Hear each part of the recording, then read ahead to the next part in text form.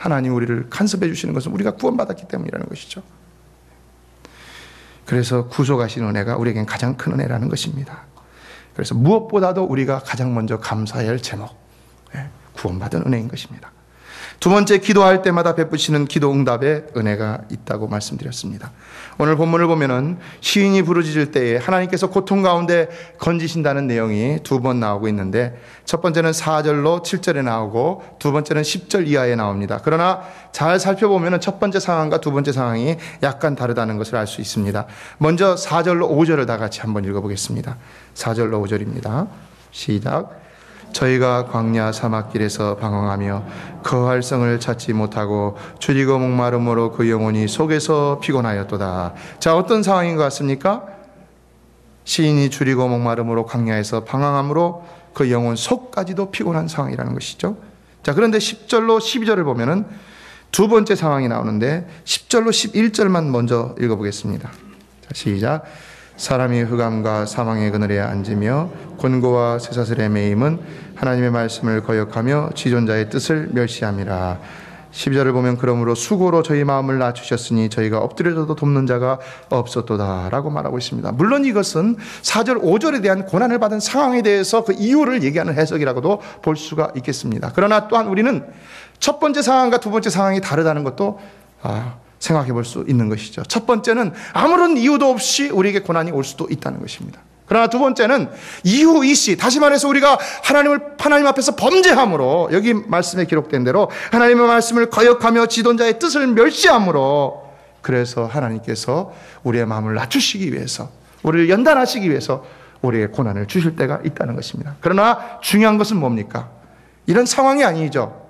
여기 본문에서 중요한 것은 뭡니까? 하나님은 우리가 아무런 이유도 없이 고통 가운데서 부르짖거나, 하나님은 또한 우리가 이유이시, 우리가 범죄하여서 하나님 앞에 부르짖더라도, 어떤 상황에서든지 부르짖더라도 중요한 것은 뭡니까? 다 응답해 주시는 하나님이신 줄로 믿습니다. 바로 그것을 말씀하고 있는 것입니다. 우리 삶이 아무 이유도 없이 고난을 당해 하나님 앞에 부르짖을 때도 하나님은 응답해 주시고, 내 죄의 대가로 고난을 받아 부르짖을 때도 하나님은 나를 응답해 주신다는 것입니다. 고난의 원인이 어떠든지 간에 하나님은 다 우리의 기도를 들어주신다는 것입니다. 그래서 14절을 보면은요, 그 얽은 줄을 끊으셨도다 라고 했는데, 이것은 죄수의 묶은 줄을 끊으셨다. 이 말은 뭡니까? 죄를 용서해 주셨다는 것이죠. 죄를 없이 해 주셨다는 것이죠. 우리의 신분을 바꿔주셨다는 것입니다. 이제는 더 이상 죄인이 아니라는 것입니다. 16절을 보면요, 논문을 깨뜨리시며 쇠빗장을 꺾으셨습니다 라고 했는데, 이 논문이나 쇠빗장은 바벨론이라고 합니다. 이 역사가 헤로도투스에 의하면은 바벨론 당시에는 그 성을 둘러싸고 있는 성에 무려 100개가량의 논문이 있었다고 합니다. 그러니까 보통 문은 뭐 나무로 만들잖아요. 근데 노수로 만들었어요. 얼마나 튼튼합니까? 그런데 그것을 깨뜨리셔서, 역사적으로 보면 고레스 왕을 통하여서 깨뜨리셨는데, 깨뜨리셔서 이스라엘 백성들을 구원하신 거잖아요. 그렇죠?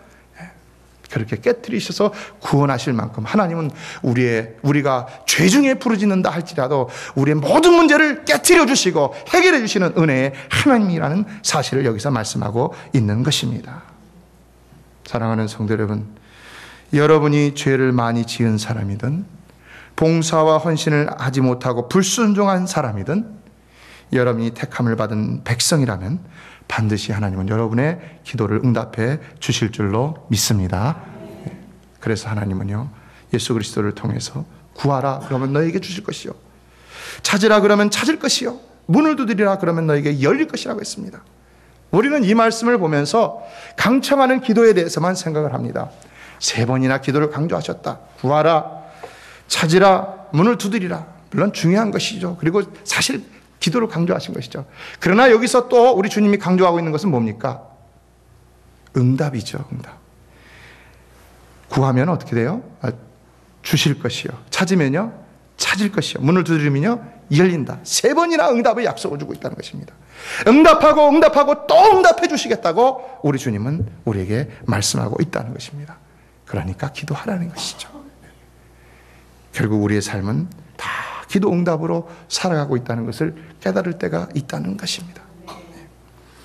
저는 저의 하루하루의 삶이, 그리고 이 목회 전부가 다 기도 응답으로 되어지고 있다고 그렇게 믿습니다. 지난 금요기도회 때도 말씀드렸지만 정말 돌이켜보면 지난 4년간의 목회에서 제가 한 일이 무엇이 있을까 아무리 생각하고 생각해봐도 기도밖에는 한 것이 없고, 그러므로 오직 기도 응답밖에는 목회의 비결이 없었다는 것입니다. 어떻게 어리고 부족한 이 제가, 단독 목회 경험이 한 번도 없는 제가 감히 어려운 가운데 전 교회를 맡아서 오늘 여기까지 올 수 있었는가? 정말로 오직 한 것은 기도밖에 없었고, 그러나 하나님은 기도하실 때마다 들어주심으로 그 응답들로 감히 제가 감당할 수 없는 목회를 지금까지도 하게 하시고 계신다는 사실입니다. 그래서 저는 사소한 일까지라도 기도하지 않는 것이 없고요, 또 기도한 것은 중단하는 일이 없고요, 포기하는 일이 없고요, 응답 받을 때까지 기도하고 있습니다. 이것이 제가 저희 부친에게서 배운 목회의 비결입니다. 여러분은 어떠십니까? 사랑하는 성도 여러분, 기도를 포기하지 마시기 바랍니다. 기도를 포기하지 마시기 바랍니다. 누가복음 18장 7절은 하물며 하나님께서 그 밤낮 부르짖는 택하신 자들의 원한을 풀어주지 아니하시겠느냐. 여러분이 택함을 받은 자들이라면 하나님은 반드시 여러분의 기도를 들으시고 응답해 주실 줄로 믿습니다. 세 번째, 우리가 감사해야 할 은혜는 바로 우리 삶에서 우리의 공로와 자격과는 상관없이 무조건적으로 베푸시는 하나님의 은혜가 있기 때문이라는 것입니다. 자, 그 하나님의 은혜라는 사실입니다. 이것이 오늘 본문 8절에 이렇게 표현되고 있습니다. 8절 우리 다 같이 읽어보겠습니다. 8절입니다. 시작. 여호와의 인자하심과 인생에게 행하신 기이한 일을 인하여 그를 찬송하리로다. 무슨 의미입니까? 하나님께서 인생에게 행하신 일은 전부가 다 기이한 일이라는 의미가 먼저 있죠. 자, 그렇다면 왜 하나님께서 인생에게 행하신 일들이 다 기이한 일이 되는 것입니까? 왜 원더풀한 일이 되는 것입니까? 왜요? 혹자는 이것을 이렇게 해석했습니다. 그것은 인생들은 하나님의 가장 작은 은혜라도 받을 만한 자격이 없기 때문이다. 우리 받을 만한 자격이 없잖아요. 생각해 보세요, 돌이켜서. 그런데 하나님은 우리에게 은혜를 주신다는 거예요. 이것도 하나님으로 인해 온 것이요, 저것도 하나님으로 인해 온 것이요, 좋지 않은 일도 하나님의 은혜로 왔다면 모든 것이 합력하여 선을 이루게 될 줄로 믿습니다. 네, 그렇지 않습니까? 물론 우리의 행위대로 상을 베푸실 때가 있습니다. 그러나 여러분, 그것도 엄밀히 생각해 본다면 우리가 과연 무엇을 좀 했다고 해서 하나님의 그 놀라운 은혜를 받을 만한 자격이 있다고 할 수가 있겠습니까? 아니죠. 우리의 행한 것보다 더 크게 베푸시는 것이 바로 하나님의 은혜라는 것입니다. 하나님의 은혜요. 그런데도 우리가 아무것도 하지 않았는데도 하나님께서 우리의 삶을 축복하셔서 형통케 하신다면 어떻게 되는 것입니까? 여러분, 이런 일이 있습니까? 없습니까? 있습니다. 많이 있죠. 그래서 하나님께서 인생들에게 베푸시는 이런 무조건적인 은혜는 기이한 은혜라는 것입니다. 기억하십시오. 구원에만 무조건적인 은혜가 임하는 것이 아니라 우리 삶의 순간순간에도 무조건적인 은혜가 임한다는 사실입니다. 지난주 우리 교회가 제가 부임한 이래로 가장 많은 성도들이 출석해서 예배를 드리는 은혜를 입어서 하나님 앞에 감사하면서 이런 생각을 했습니다. 왜 하나님이 난 참 부족하고 못나고 자격이 없고 하나님 앞에서 그렇게 이쁜 짓 많이 하지 않는데 왜 자꾸 은혜를 나에게 베풀어 주실까? 왜 우리 교회에 은혜를 이렇게 많이 베풀어 주실까? 죄송합니다. 우리 교회 여러분들도 뭐 하나님 앞에서 그렇게 이쁜 거 많이 하지 않는데 왜 자꾸 하나님께서 은혜 베풀어 주실까? 생각해 보니까요, 그냥 무조건적으로 베푸시는 하나님의 은혜다라는 것입니다. 그래서 감사를 드렸습니다. 그런데요, 고린도후서 9장 8절을 보면요, 이것이 근거가 있습니다. 상당히 근거가 있습니다. 고린도후서 9장 8절, 시간이 있으면 우리 다 같이 한번 찾아볼까요? 고린도후서 9장 8절.